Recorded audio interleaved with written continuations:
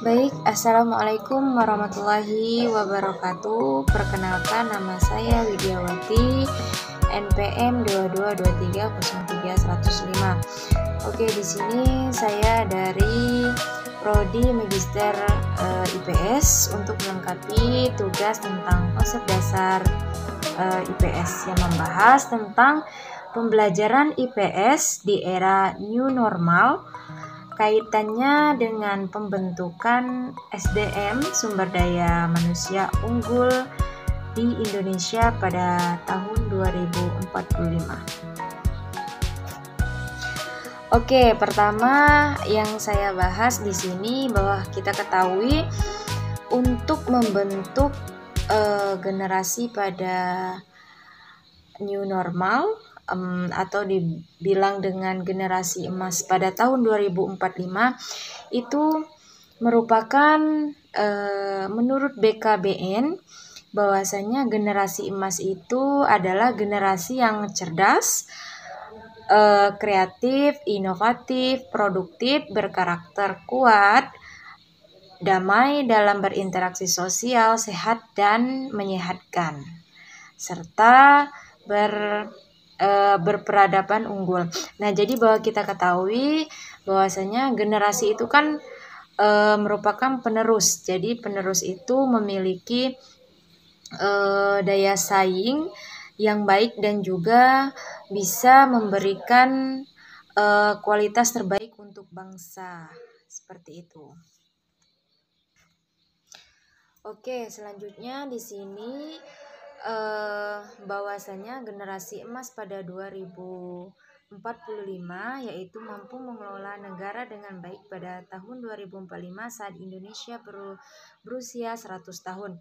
Nah, di sini masyarakat yang beradab adalah masyarakat yang memiliki kebudayaan luhur, terus teknologi canggih, sistem pemerintahan yang bersih dan adil, serta tatanan hidup yang aman dan nyaman bagi sebagian besar anggotanya. Nah, jadi di sini bahwasanya seseorang yang mampu untuk mengelola generasi selanjutnya yaitu orang yang memiliki peradaban yang baik dari sikap, baik pun dari pengetahuannya ataupun karakternya, terus memiliki fisik yang sehat dan juga menyehatkan. Jadi seperti itu. Nah, di sini bahwasanya kita dari awal sampai akhir untuk membentuk generasi emas pada 2045 itu yang paling terpenting sekali yaitu pada generasi pada pendidikan. Nah, bahwasanya pendidikan ini memegang peranan penting dalam mengembangkan manusia. Di sini pendidikan merupakan usaha seseorang dalam mengembangkan potensi atau kemampuan si anak tersebut dalam dirinya untuk menyiapkan sumber daya manusia yang berkualitas yang mampu dalam menghadapi era globalisasi yang sangat cepat ini. Nah, jadi dari awal sampai saat ini saya menjelaskan bahwa pendidikan itu sangat penting untuk generasi yang akan datang. Ya, karena pendidikan itu merupakan landasan awal bagi seseorang untuk menempuh bagaimana mengatasi persoalan globalisasi yang akan dihadapi oleh anak tersebut. Misalnya dari kehidupannya, dari untuk mengembangkan cita-citanya. Nah, maka dari itu ya generasi harus melakukan pendidikan baik dari SD maupun perguruan tinggi seperti itu. Oke, yang selanjutnya di sini tidak jauh dari kata pendidikan. Nah, pendidikan itu tidak lepas dari adanya bantuan seorang guru. Nah, di sini guru mempunyai peranan penting dalam dunia pendidikan dan dengan bantuannya lah maka terciptalah generasi-generasi emas Indonesia yang membanggakan. Jadi jelas sekali ada kata-kata bahwasanya guru itu tanpa tanda jasa ya. Sebenarnya guru itu merupakan patokan bagaimana generasi kedepannya, bagaimana bangsa ini akan maju, itu tergantung dari seorang guru, karena guru itu merupakan seorang pendidik yang memberikan wawasan, pengetahuan, dan juga ilmu-ilmu yang tidak kita ketahui dari masa belia hingga sampai kita dapat meraih cita-cita. Nah, itu tidak terlepas dari namanya seorang guru gitu. Baik, selanjutnya yaitu dari awal sudah membahas tentang pentingnya pendidikan, terus peran guru itu sebagai apa untuk generasi muda. Nah, selanjutnya tujuan pendidikan IPS. Nah, untuk mengembangkan kemampuan peserta didik dalam menguasai disiplin ilmu-ilmu sosial untuk mencapai pendidikan yang lebih tinggi. Bahwasanya tujuan pendidikan IPS tidak lain untuk membentuk karakter si anak pada generasi muda, yang dimana kita ketahui bahwa ilmu pengetahuan sosial tidak terlepas dari interaksi sosial antara masyarakat. Nah, jadi di sini tujuan terpenting pendidikan IPS yaitu untuk melakukan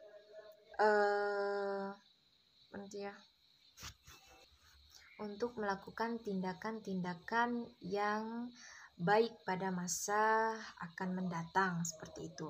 Nah, terus yang selanjutnya adanya fungsi pendidikan IPS. Nah, di sini bahwasanya IPS juga sangat diperlukan untuk membantu siswa dalam menghadapi masalah-masalah sosial yang sering terjadi kepada peserta didik. Oke, di sini bahwasanya fungsi pendidikan IPS tadi yang sudah saya paparkan tidak lain adanya untuk menghadapi masalah-masalah sosial yang sering terjadi kepada peserta didik. Nah, jadi apa saja sih masalah sosial yang sering terjadi? Yaitu yang pertama, sering terjadinya pembulian, terus sering adanya tawuran pada remaja. Itu kan merupakan masalah-masalah sosial yang sering terjadi pada ruang lingkup peserta didik. Oke.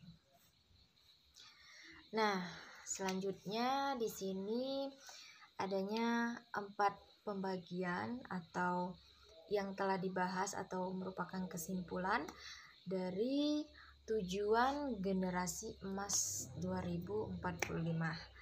Nah, di sini yang pertama, apa sih Indonesia emas pada tahun 2045? Oke, Indonesia emas pada tahun 2045 adalah sebuah keadaan di mana usia kemerdekaan Indonesia itu sudah berusia selama 100 tahun. Nah, pada masa itu diharapkan Indonesia sudah menjadi negara yang maju, makmur, modern dan mandiri. Nah, terus kemajuan dan kemakmuran dan kemodernan tersebut bukan hanya dalam bidang fisik dan material, melainkan juga bersifat intelektual, moral, kebudayaan, dan peradaban yang dijiwai nilai-nilai ajaran Islam. Nah, jadi kita ketahui untuk membentuk Indonesia emas pada tahun 2045 ini dikatakan lebih menjunjung tinggi adanya moral dan juga pengetahuan berlandaskan dengan nilai-nilai ajaran agama Islam, seperti itu. Oke, yang kedua, di sini mewujudkan Indonesia emas yang maju, makmur, modern, dan madani di tahun 2045 itu seperti apa? Nah, jadi pembahasan yang nomor 2 itu bahwasanya Indonesia di mana masih menghadapi berbagai kendala yang cukup fundamental, antara lain ledakan penduduk yang tidak terkendali yang membutuhkan sandang, pangan, papan, serta pendidikan dan kesehatan, pekerjaan lain sebagainya. Jadi di sini bahwasanya Indonesia sedang mengalami adanya pembludakan pada penduduk yang tidak terkendali. Nah, terus ketergantungan kebutuhan pokok hidup pada negara lain yang menyebabkan terpuruknya nilai rupiah atas mata uang lain, terutama dolar. Terbatasnya infrastruktur, rendahnya etos kerja, dan kurang proporsional. Yang nomor 3, adanya jangka panjang adalah pendidikan. Nah, jadi jelas sekali untuk membentuk generasi emas pada 2045 itu adanya pendidikan yang mendukung dari perkembangan zaman untuk kemajuan yang akan datang. Nah, hal yang demikian karena melalui pendidikanlah berbagai potensi fisik, intelektual, dan spiritual manusia dapat dibina dengan sebaik-baiknya dan terencana. Lulusan pendidikan yang dibutuhkan adalah lulusan pendidikan yang kreatif, inovatif, berjiwa entrepreneur, percaya diri, imajinatif, berani mengambil risiko yang diperhitungkan, religius, berwawasan Nusantara, berjiwa Pancasila, memahami, menghayati, dan mengamalkan nilai-nilai budaya bangsa, berjiwa nasionalisme dan patriotisme.